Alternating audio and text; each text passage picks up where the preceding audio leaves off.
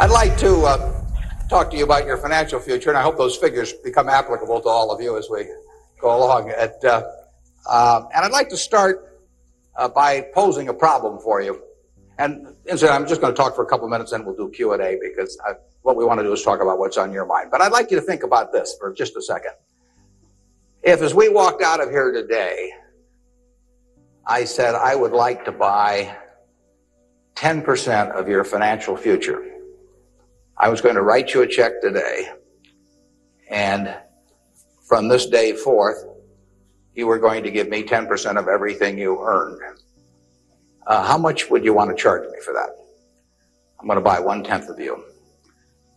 And I may take the low bid, incidentally, so be careful what you write down. Well, I think if you thought about that a little while, you can contemplate that for a few minutes. You know, you're going to get a check from me today, and you can do anything you want with the money, but from this day forth, you have to give me 10% of what you earn. I think it would be very foolish of you, any of you, if you asked for less than, say, $50,000. Now, it's going to be a few years before you're out earning money, and so I've got a few years of dead money there. But then I would start getting this royalty on you as you went along. So I really think that if you thought about it, most of you would want a fair amount more than that. I think you'd be right. Fortunately, I didn't make this deal with anybody when I started out, so nobody's got a 10% royalty on me. But I think that $50,000 would sort of be the absolute minimum. And if you think about that, that means that right today, you are worth $500,000, because if 10% of you is worth $50,000 in cash today, your potential is worth a minimum on a 100% basis of $500,000. That is the big financial asset you've got. It's way more important what you do with that $500,000 asset that you own today than whether you decide to buy stocks or bonds, or whether you put your money in a mutual fund or pick your own stocks or anything of that sort. The biggest financial asset that you have going for you by miles is the value of your own earning power over the years.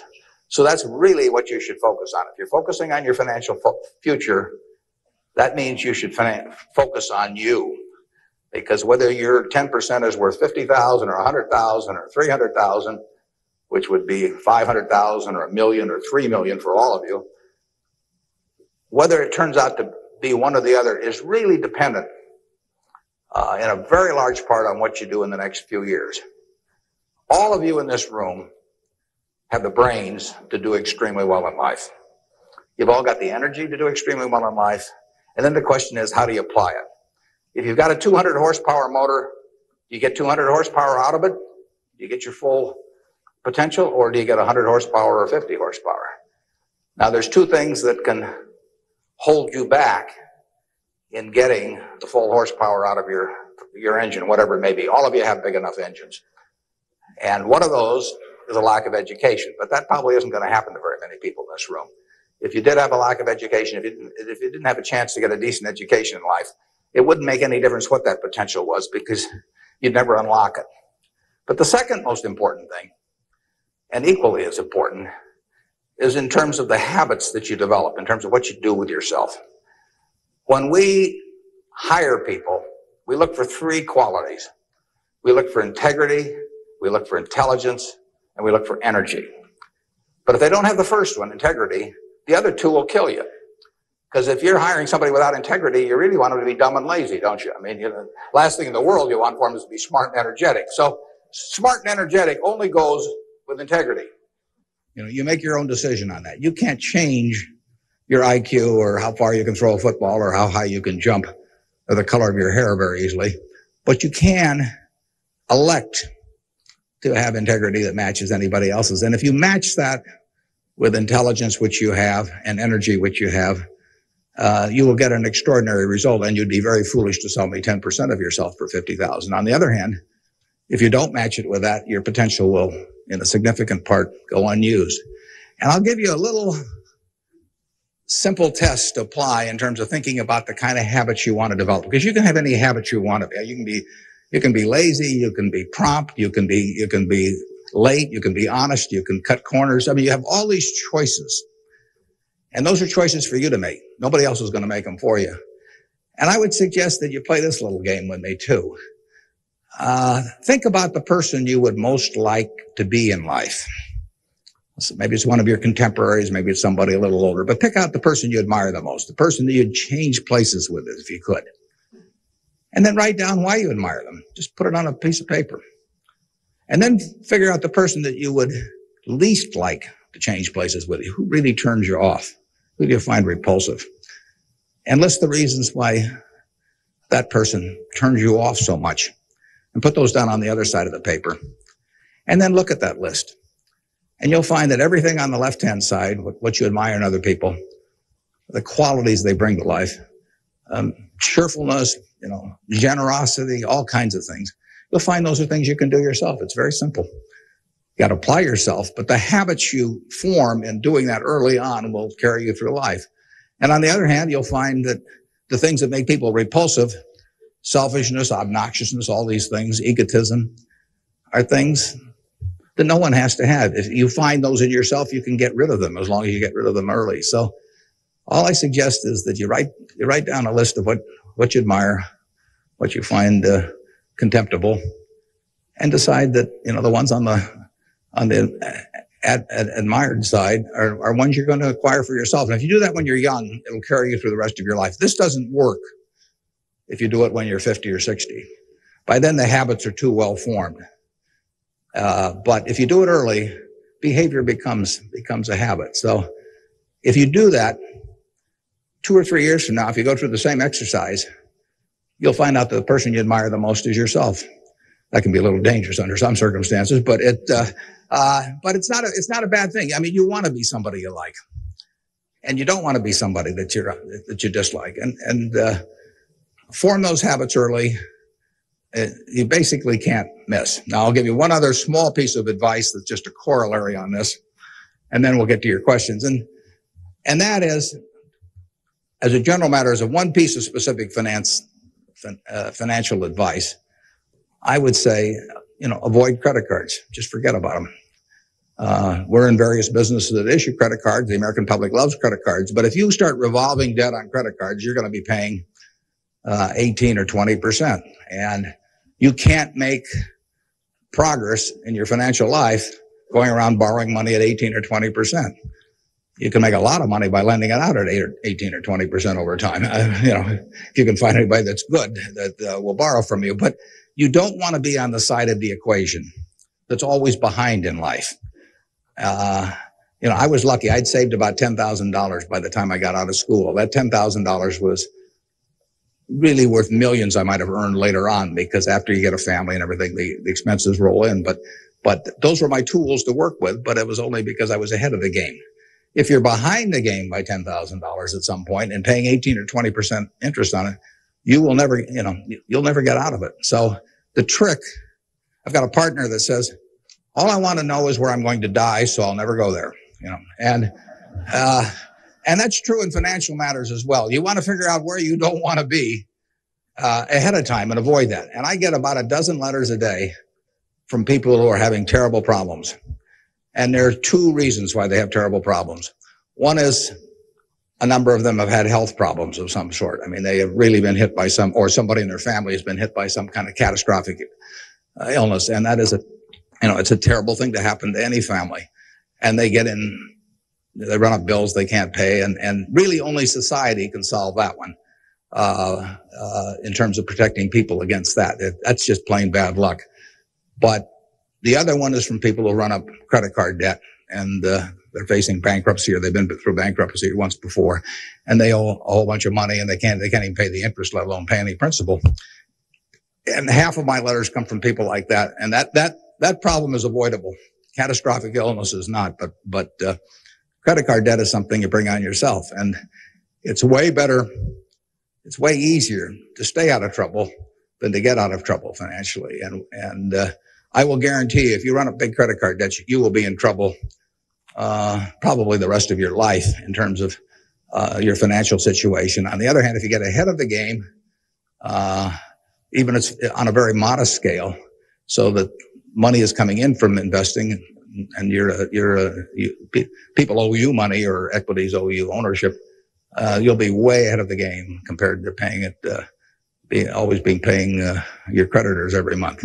So my advice to you is, if you can't pay for it, don't buy it, and get yourself in a position where you can pay for anything. And then we'll be glad to see you at Borsheim's or the Nebraska Furniture Market. Now let's have some questions. Do we have a mic out there that people can either go to or that travels around, or anything that's on your mind? Ask about. Don't be bashful. How would you advise people who aren't necessarily going into a career field in which you would make a large base salary, such as like medicine or something like that, maybe performing arts or music? How would you advise us to keep up financially with the rest of the world? Well, it is true that a market system does not pay as well in some activities as might seem appropriate for the importance of those activities to society. Just take teaching, for example. I mean, teaching does not pay well. And what could be more important? I mean, you've got to be as interested in who the teachers of your children are as who your accountant is, or, whatever, or who's winning the heavyweight title of the world, or that sort of thing. But it doesn't pay well. And it's a fundamental choice, whether you're going to go into something. For many people, it'd be a fundamental choice whether you're going to go into something you love or something to try and make a lot of money. I think that generally it pays to go with what you love. I think that it's very hard to find people when they get to be my age who say that they've loved what they've done all their life and feel it was very worthwhile, but they're terribly sad they made that choice because they didn't make a lot of money. I don't think anybody's ever said that to me, that they wish they'd gone into something else where they were uncomfortable doing it or didn't enjoy it, didn't feel very productive, but made a lot of money. So I don't think you'll find that. So I would go to work in whatever turns you on. It may turn out that it'll be more profitable than you can think, but almost everybody here will make enough money, unless they get some terrible habits along the way, to do reasonably well. And doing reasonably well in this country really is pretty darn good. I mean, it's not necessary to have huge amounts of money in order to enjoy yourself. I enjoyed myself when I had my $10,000, and I live in the same house that I lived in when I had about that. I bought it 41 years ago. I liked the house then. I like the house now. I mean, if you think about it, if you have a reasonable job, you'll be eating at McDonald's and I'll be eating at McDonald's. So we're to push on food. I mean, in fact, I hope it's Dairy Queen actually. And and if you come to Dairy Queen, you'll see me, and you can order anything on the menu I can order, and we both can afford it. You'll wear the same clothes I wear. I'll pay more for my suits, but as soon as I put them on, they look cheap on me. So we'll look about the same. And, we'll both live in the same kind of houses. I live in that house from 41 years ago, and it's warm in winter and it's cool in summer and it's comfortable. And you'll live in a house that's similar.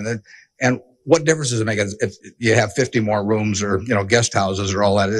It'll probably just bring you problems. I mean, you have to worry about the greenskeeper or something when you get through. So I have been in the houses of people, where the houses are worth, probably 200 times what my house is worth. And I would not be any happier in those houses at all. In fact, I'd be less happy. I just have one more thing to worry about. And, the dozens of people around the place and people quitting and people stealing from you and all kinds of things. To hell with it. We'll drive the same kind of car. In fact, you'll probably drive a better car. I drive a car that's about 8 years old. I don't know what it's worth now, but it gets me around fine. I mean, I'm perfectly happy. We'll watch the same television, We'll work on the same computer pretty much. The only difference will be how we travel long distances.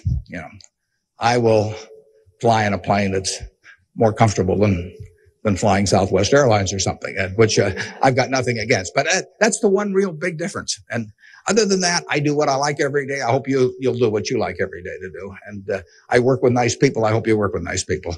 And there's 24 hours in the day, and those are where the hours go. So great wealth is the tiniest bit different in a real sense than having just a decent a decent income.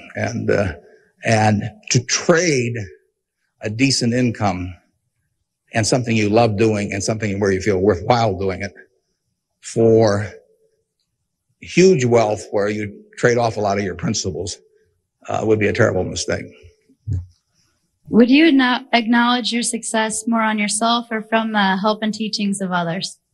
Well, I was very lucky in life. If you tell me who your heroes are, I will make a pretty good prediction about what you're going to do. And I had the right heroes. I was very lucky in life, and my heroes never let me down. And started with my dad, and then I had others in business, and so I have had great teachers. Some formal teachers, some that were just informal teachers by instinct or example. And if I hadn't had those, my life, I'm sure, would have been very different. If I'd been born anyplace else. When I was born in 1930, and at the time, 1 out of 50 births in the world were in the United States. So I came in against 50 to 1 odds against being born in the United States.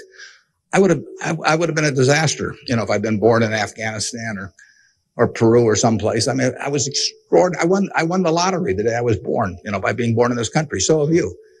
The odds were probably 40 to 1 against you being born in this country. And it were 5 times more likely to have been born in China, or 6 times, or 4 or 5 times more likely to have been born in India or some other place where it would not have been as easy to exploit the full potential of your talent. So we've all won the lottery in that respect. And that's just plain luck. And I was lucky to be born at this time. Capital allocation is something that pays off extremely well in this society now, but it doesn't pay off in other societies, and it didn't pay off, many years ago. My friend Bill Gates says that if I been born a few thousand years ago, I'd have been some animal's lunch. I can't run very fast, and I can't climb trees, and I just happen. Those are talents. Nobody asked me to climb trees now, but there was a time when it might have been important. And incidentally, Bill would have been some animal's breakfast. He can't run so fast either. But in any event, we are lucky. Just imagine being born a couple hundred years ago with exactly the same talents and how far they would have taken you then. The average person today lives so much better than the richest person lived 100 or 150 years ago. So I'm lucky in that respect. I was lucky to be born of terrific parents. I was lucky to be raised in Omaha in a great public school system. I got a start here in the first 8 grades that gave me a foundation that later, when I went off the track a few times, carried me through, because I had a terrific grade school education right here in Omaha at Rose Hill. And one of the reasons I had it, incidentally, is kind of unfortunate, but I had that great education in part because women were being enormously discriminated against. And so a woman at that time could be a teacher, she could be a secretary, she could be a nurse, and that was about it. So you had half the talent pool in the United States limited to just a few jobs. So you had an abundance of talent in those activities like nursing or teaching, because that talent with males was spread across every form of work activity there was, but with women it was concentrated in a few areas, and that benefited me. It's kind of sad because it didn't benefit those teachers, but I was very lucky, and I've really been that way all my life. And what I do is important as what a good teacher does or a good nurse does or something of the sort. I think that's quite questionable. It pays off enormously well in a market economy like the United States, but that's an accident. It didn't have anything to do with any innate ability of mine.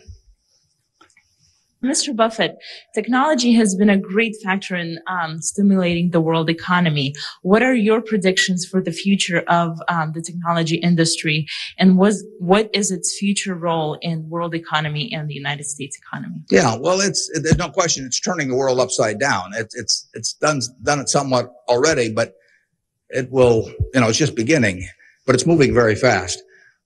I met Gates on July 15th, 1991. I was out there for a 4th of July celebration with a friend and who subsequently died, Meg Greenfield, with the Washington Post, and she took us down to visit the Gates family. And he tried to educate me about high tech, and he'd had better luck with chimpanzees. I mean, I was really a disaster, but he's a good teacher. But one thing he told me was that at the time, he said, you know, you've got this model in your head of the world, and your model has time and distance as very limiting factors. And he said, they aren't limiting factors anymore. He said, you know, the cost of talking to somebody around the world or getting your message in front of somebody or publishing, he said, it's going to be zero, or so close to zero it doesn't make any difference. And, you know, that was revolutionary, but it's happening already in a very, very big way. And it's just, 8 years later, and it's exploding. So high tech, information technology, whatever you want to call it, is changing the world, and it's going to change it in a very, very big way. It'll change. I mean, that's one of the things I think about in businesses we buy. We announced the purchase yesterday of a furniture retailer in Boston, in the Boston area. And, you know, I think to myself, what effect does this new world have in terms of the internet on furniture retailing? I mean, you have to think about questions like that. The changes will be huge. I played bridge yesterday with people all over the country, but I played it with people all over the world. I just sit down on my computer and I've got some popcorn there and I'm in khakis and a sweater, and I can have a bridge game in 30 seconds with people all over the world, and no cost to it, basically. You know, that's a lot different than trying to arrange a game with 4 people in Omaha, you know, on a day when one guy wants to play golf, another wants to watch baseball. And I mean, it changes things in a huge way. We are very fortunate. I mean, it's in the degree to which the United States leads the world in this area. I mean, we have a lead. It's hard to think of who's in second place. And 15 or so years ago, this country had an inferiority complex. It'd be hard for you to remember because you weren't old enough to be around then. But in the early 80s, we were wondering whether the Germans and the Japanese were going to own everything, and that they were going to make all the steel and they were going to make all the cars and everything else, and the television sets, and we were going to flip hamburgers. That was the standard line. And just imagine in a short period like 15 years how that's changed around. In an important way, that's changed because of this information a revolution, where we, like I said, I don't know who you would name as being in second place in the world, but here's the most important industry in the world, and the United States has this incredible position, and we're moving all the time with that position. So I think that argues for a terrific future for the world over time, and I think it argues even more for a terrific future for this country. What are the best ways for youth to get started now in securing their financial future? For what to secure their financial future? For youth. Youth? Oh, well, it's not very complicated. It goes back to getting full use out of your own talents first. I mean, the difference between whether you're going to be earning X or 2X or 3X a year 20 years from now is going to be a function of how well, not how much talent you have, but how well you use the talents you already have. And so that is your best financial future is your own ability and your a capacity to use those abilities to their potential. And that can't be taken away from you. They can't even tax it. I mean, most things, if you own a piece of real estate, if they double the taxes, they double the taxes, and that changes your ownership in the property, because now, in effect, the taxing authorities own more of it because they've got a greater command on the revenue stream. The same thing about almost any asset you have, but they don't tax what's in your head, and they don't tax your ability to start performing when you get to work in the morning and finish in the evening. To your potential. One of the things that amazes me is how people who really do perform well just sort of jump out at you once you're running a business. When I got out of school, I thought, everybody would behave that way, but they don't. Most people sort of go through life in a sleepwalk, and if you don't, you will stand out. So the biggest thing for your financial future is yourself. Now, beyond that, it is always being ahead of the game rather than getting behind the game. It's saving a little, no matter how you do it. I mean, I delivered papers, I worked at Penny's, I sold golf balls, I had a pinball machine around. I did a lot of things that enabled me to accumulate about $10,000 by the time I got out of school. 10,000 doesn't go as far now as it did then, but having anything so that you're ahead of the game and not getting behind the game is enormously important. I mean, just, if you're going to run a 100-yard dash against a bunch of people in life, if you can figure it out so that when the gun goes off, you're 10 or 15 yards ahead instead of 10 or 15 yards behind, it's going to make an enormous difference in how that race comes out. So, having some net resources doesn't make much difference whether they're in stocks or bonds, in my view, but, and not having debt when that gun goes off when you get out of school, is a huge plus over being behind the game. And,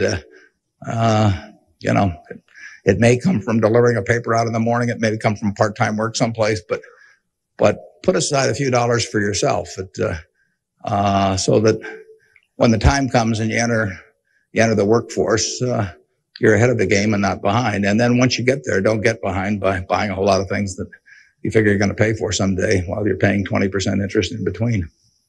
I was wondering, with the increasing costs of education today, what can students do to deal with their debts once they're out of college? Well, that's a tough one. I mean, I guess I'd pay it off as fast as I could, and I would incur as little debt as possible before that time came. And I would say this, in my experience in business, there is very little difference, if any, between a very high-priced business education and what's available for a lot less money. So I went to the University of Nebraska at Lincoln my last year in college. I went to Wharton for a couple of years before that. I learned just as much at the University of Nebraska as I did at Wharton. And there's nothing against Wharton. I mean, it's just we had a very good school here. I had some terrific professors at Lincoln.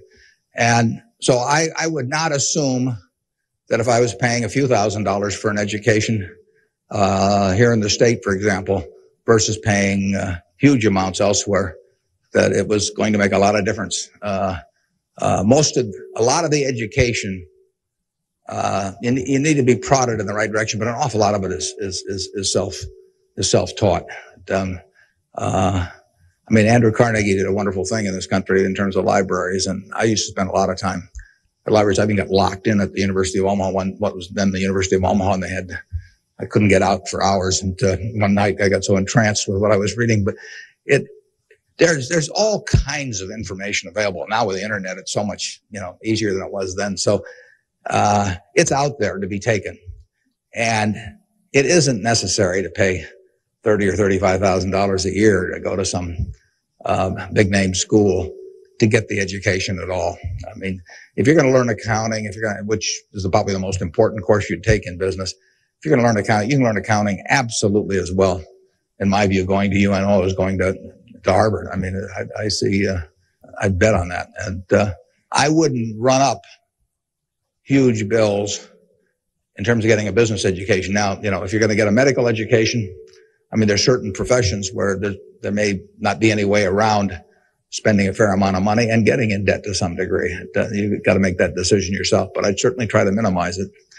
And I would have it figured out how I would handle that debt in, say, a 5-year period after I got out of school, or I would think twice about incurring it. What advice would you have for a forming nonprofit organization? For forming a nonprofit organization? Well, I've always tried to avoid forming nonprofit organizations. Well, that would depend entirely on what I wanted to accomplish. I mean, it'd be one thing if it was a hospital. It could be another thing. There's so many types of it. So you've got to get people that are experienced and involved, in an entity like that. And, but it depends so much on the objective, you're working at. I understand that you're very civically involved, and I was wondering how important of a quality you think that is for an individual in life and why. Yeah, well, I wouldn't say that I am that. I mean, I do certain civic things. I think your model as a citizen, for example, in Omaha would be Walter Scott. I mean, he is far more civically involved than I am, and Incidentally, his predecessor, Peter Kiewit, was too, but Waller's carried it to new heights. So I don't want to take on any mantle for that myself. I do some things. One of the problems I have is I love what I do so much that it sort of takes over. I mean, I'm like a guy that likes to play a lot of golf or something, except I like the business I'm in. But I've got a family that participates very actively. Some of my children work on almost anything that comes along in the civic area. And,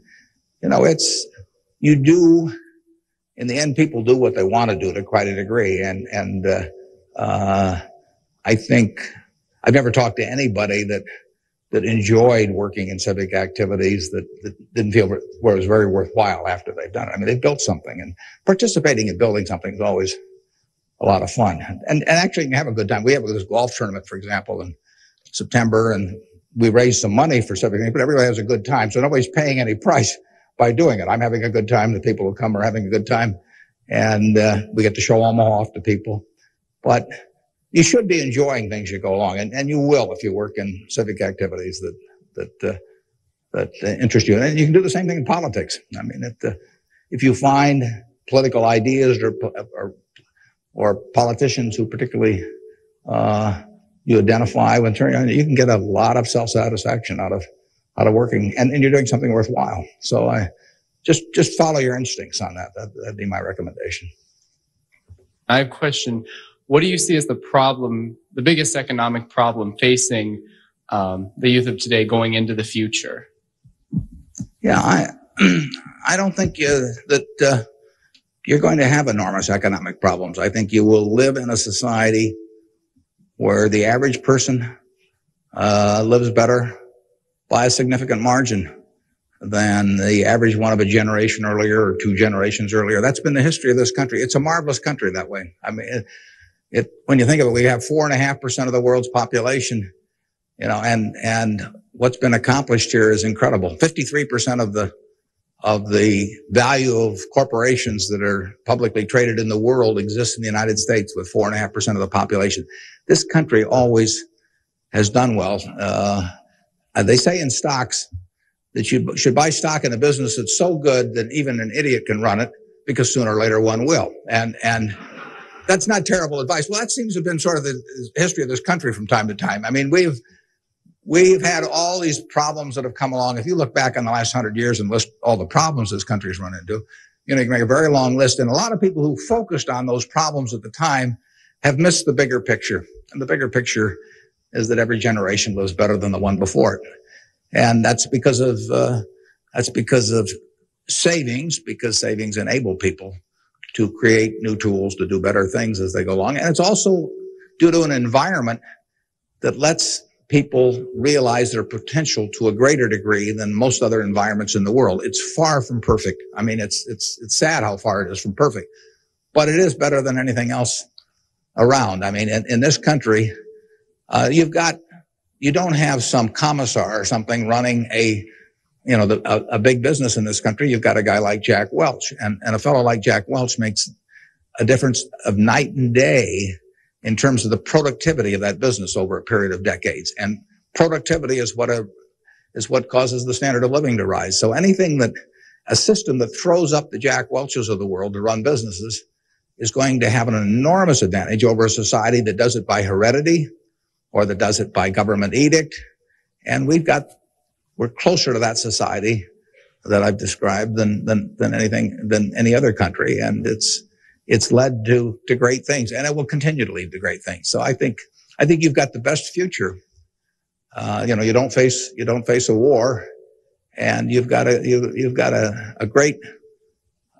better future in terms of achieving material rewards than any generation in history. So I wish I could trade you places.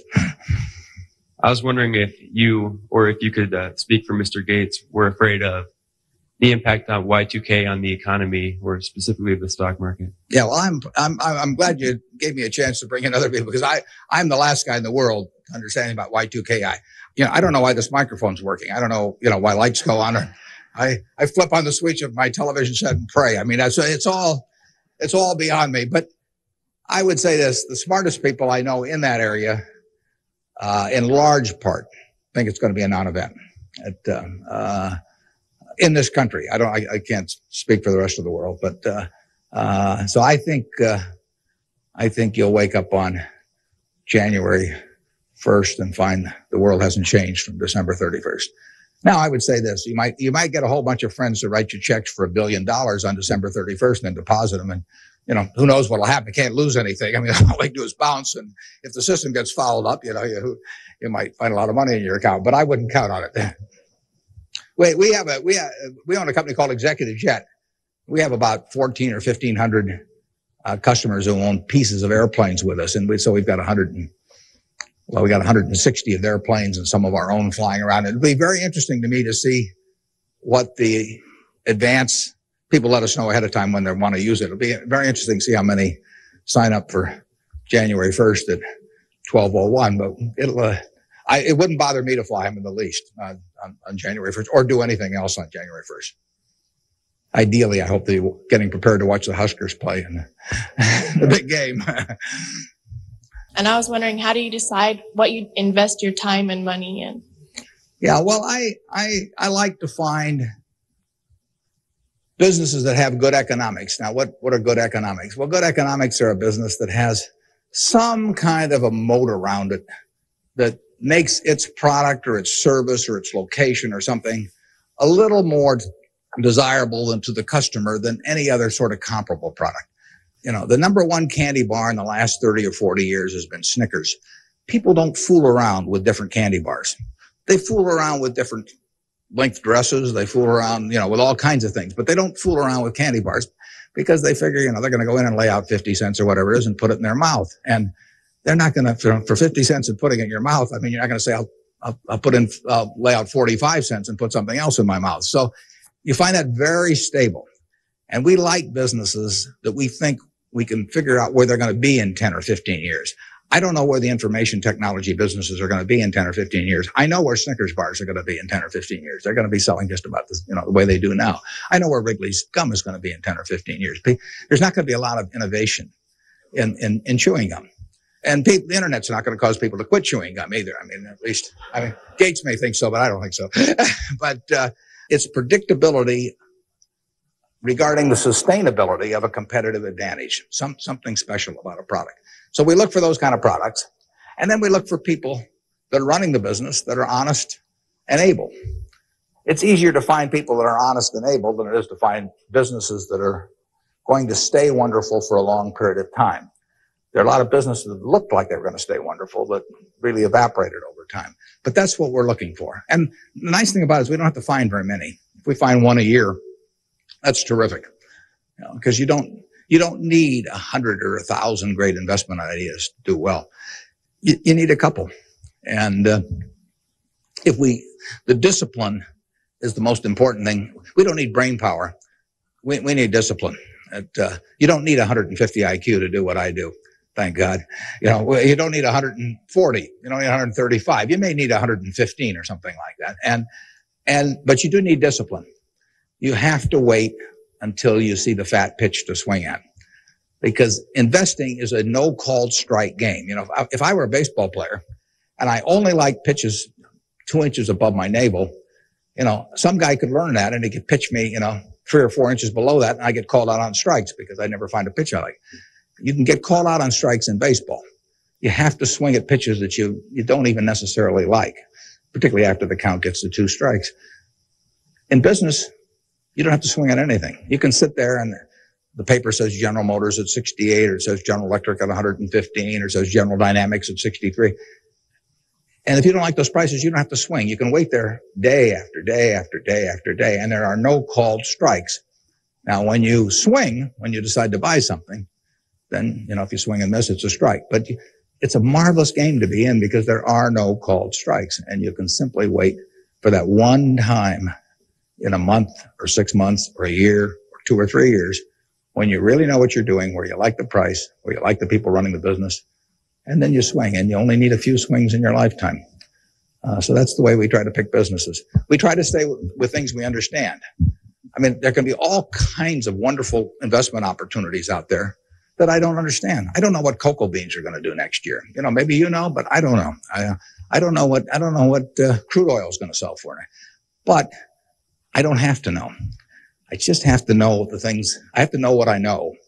I have to know where the limits of my understanding are, what I call what my circle of competence is.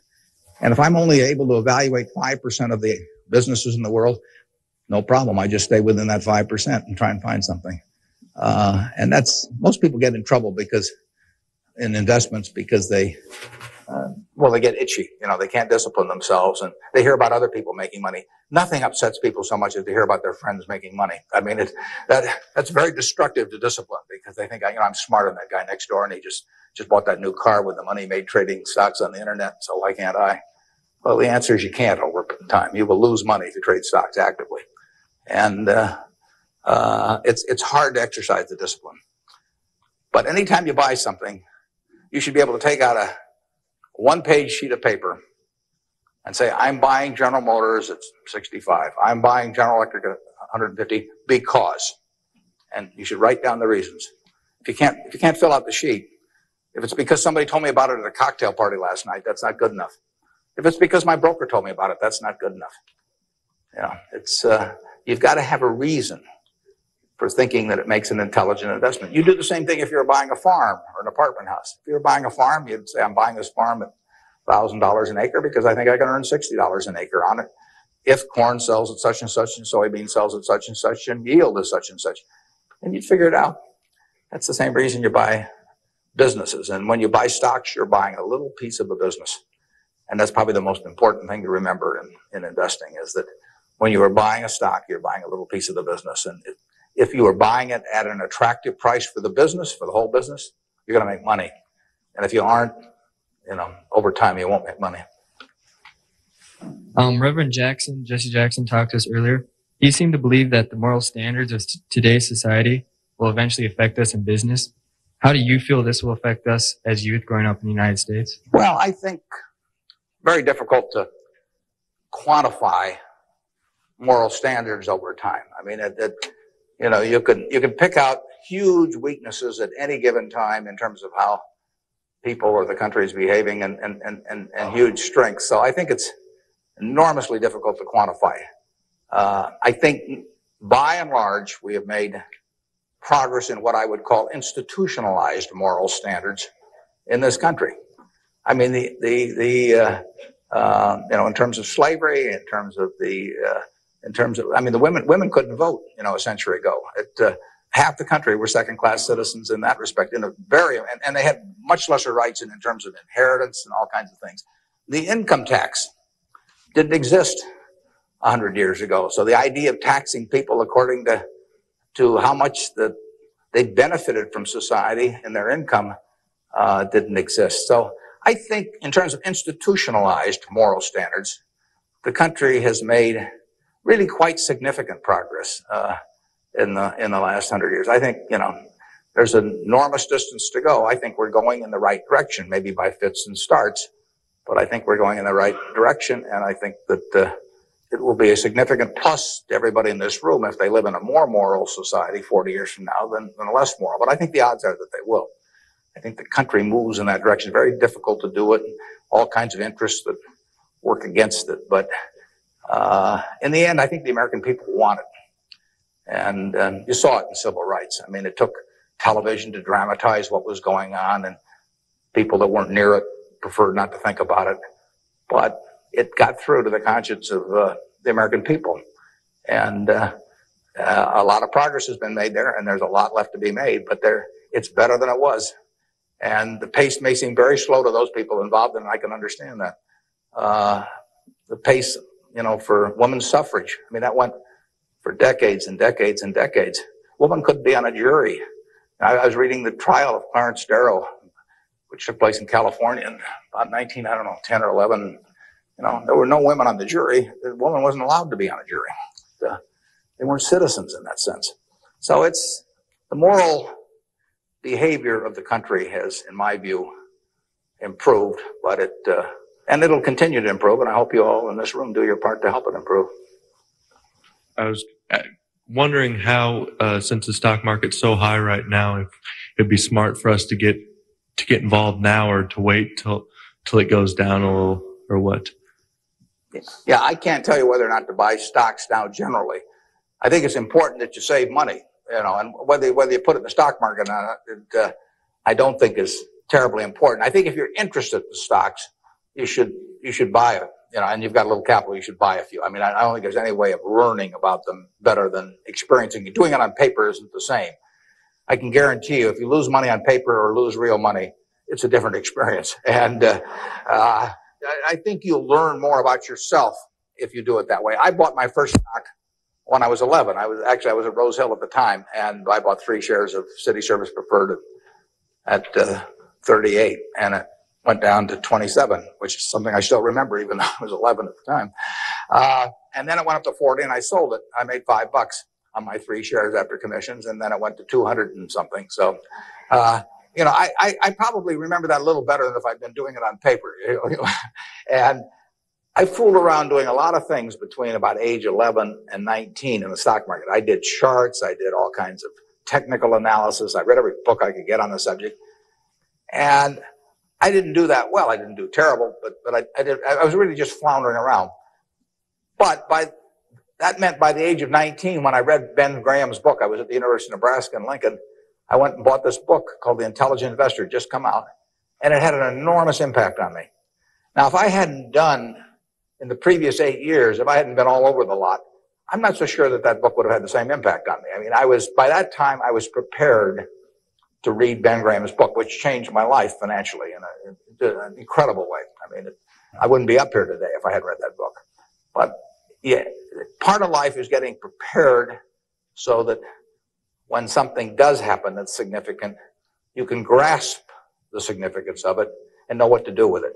And I would say that first 8 years of fooling around, even though it produced nothing financially to speak of, produced a lot in terms of getting my mind prepared for when I really did read something that made sense. So I was ready to accept it. And I actually went back and went to Columbia to study under Graham, and because of reading that book, and all kinds of things flowed out of it. So I would encourage you, if you're interested in the field, to do a few things. I'd still try and make it as intelligent as possible. I would try to stick with businesses I thought I understood. I'd still get out that sheet of paper and I'd write, I'm doing this because, and just test my reasoning. And then I go back and read it a year later and see whether what you thought would be true turned out to be true. So I would always check myself. I believe in grading myself on everything. Doctors have postmortems, and they do it because they learn from postmortems. In business, people don't like to do postmortems, building plants or buying companies, and they never want it 2 years later to run a check on how that decision turned out, because it can be unpleasant. But you learn from postmortems, and you don't want to learn. It's way better to learn from other people's mistakes than your own, but you got to learn from a few of your own too. And the time to do it is when you're young. My question is, to what extent do you feel that the government, with the current policies of welfare and Social Security, is it financially competent and fiscally prepared for the future? Well, I think that the country as a whole is quite well prepared for the future. That doesn't mean I would adopt every policy they have, but I think we have an enormously rich society, and it'll get richer. Everyone isn't going to participate in that. Some won't participate because of physical disabilities, others because of mental disabilities, others because of shortcomings in the education they received when they were growing up, all kinds of reasons. We have a prosperous enough society to be able to take care of those people, and we should take care of them. And how we do it so that they feel most useful in life, and how we do it so that we continue to encourage people to be more productive themselves and all that. I mean, those are not easy questions, but that shouldn't take our eye off the ball of feeling we should do something about it. I pose this problem sometimes to people. I say, let's assume that it's 24 hours before you're born. And all of you can take this test, 24 hours before you're born. And a genie comes to you. And the genie says, what was your name again out there? Whatever. We'll call you Joe. And the genie says, Joe, you look pretty promising to me. I think you've got kind of a sense of fair play, and and a good mind. And so I'm going to let you have an extraordinary opportunity. I'm going to let you design the world into which you're going to be born in 24 hours. It's yours. You pick out the political rules. You pick out the economic rules. You pick out the social rules. You design the world. And when you're born in 24 hours, you're going to be born into that world. And that's the world that's going to exist for your lifetime, for your children's lifetime, for your grandchildren's lifetime. And you, having heard of some of these genie jokes in the past, would say, what's the catch? The genie says, well, it's a very slight catch. I said, when you're born in 24 hours, you're going to emerge in this world you designed. But what you don't know is whether you're going to be born black or white, male or female, rich or poor, bright or retarded, able-bodied or infirm, in the United States or Afghanistan. All you know is that you're going to reach into this barrel, which now has 6 billion balls, as we know, representing one person, every person in the world. And you're going to participate in what I call the ovarian lottery. You're going to take one ball out of that barrel, and you're never going to get another ball. That's you. You're going to get one ball, and now you're going to emerge. Now, what kind of rules do you want to have for that society, not knowing which ball you're going to get? Now, that I put to you is the way I think people should think about social policy. And if you're lucky enough to be born in this country, you've won the lottery already. But we should have a system, in my view, that encourages the Jack Welches and the Bill Gateses and all of that to work far beyond the time when it has any economic significance to them. We want people commanding those resources who are extremely able at commanding them. That's how the standard of living moves forward. So we should want Tom Osborne coaching in Nebraska. We should want Bill Gates designing software, and we don't want to mix up those two. We don't want to get Bill coaching in Nebraska. So you want a system that gets people to their potential and puts them in the position where they can do the most good for society. But you also want a system for the people who get the wrong ball. I mean, somebody's going to get the ball, that says 80 IQ. Somebody's going to get the ball that says this disease or that disease early in life that cripples them. And we've got a rich enough society that we can take care of those people. And I think that, to get back to your question, I think that this society will move more and more in that direction. It has the capability of moving more and more in that direction as our resources and our output increases. And I think that it has the will to do that in a general way, although, like I say, there have always been lots of fits and starts. So there is no shortage in the United States of resources. There's no shortage of output. You have to have a system that encourages people to behave to the limit of their abilities and puts them in the right place. But then you have to make sure that everybody gets taken care of, too. And I wanted to know, how do you think the media affects the world economically today? Well, it's a small question. Well, what it obviously does, simply because it's moved so far technologically, is it's brought it together in a big way. I mean, I was over in China a few years ago, and I was right after the time of the women's conference in Beijing, and I was reading the Chinese coverage of that conference, and of course it had nothing to do with what was taking place, but the internet was coming in, and you can access the Washington Post or the New York Times or anything. I get the Washington Post at 9:30 here at night.